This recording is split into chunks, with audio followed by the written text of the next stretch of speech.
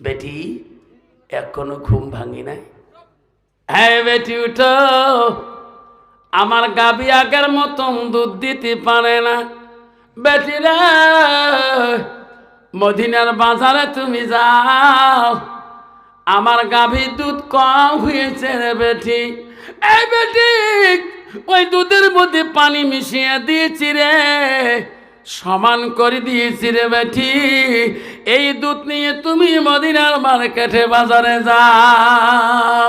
বেটি তুমি উঠো, আর ঘুমের ঘরে তুমি থাকিও না, দুধ বিক্রি করে আইসো রে বেটি, তাড়াতাড়ি আইসো। বেটি ঘুম ভেঙে বলছে, মাম্মি ও মা তুমি কি বললি মা?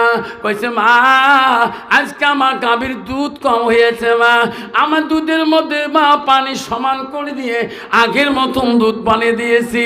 মা তুমি দুধ নিয়ে বাজারে যাও, এই গাখি নিয়ে মদিনার মার্কেটে যাও।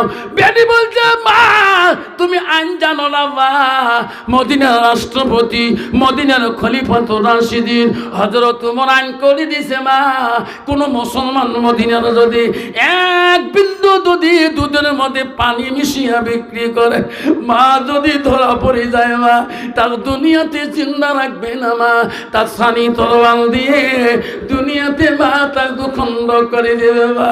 মা আমি দুধ ওই পানিওয়ালা দুধ নিয়ে মা আমি মদিনার মার্কেটে যেতে পারবো না মা, আমি মদিনায় যেতে পারবো না।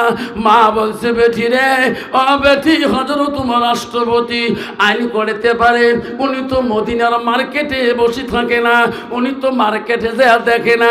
এই বেটি তার জন্য তুমি পানি দেওয়া দুধ বিক্রি করবো না কেন?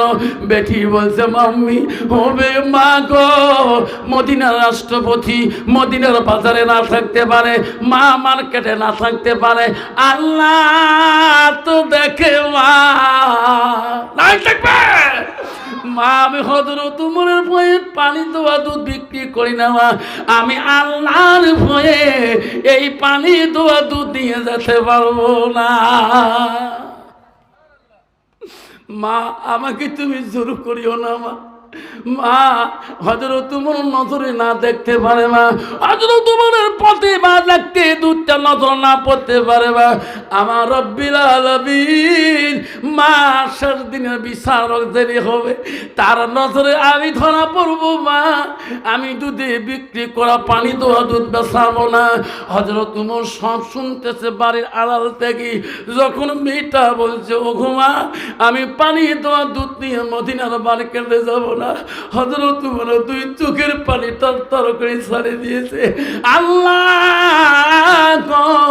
পৃথিবীর জমিনে একটা পুরুষরা ইমানদার হইতে পারে না, আল্লাহ নারীরাও ইমানদার আছে। আল্লাহ আল্লাহ একটা পৃথিবীর জমিনে একটা পুরুষ না তোকে ভয় না করে, আল্লাহ আল্লাহ মহিলারা তোকে ভয় করে।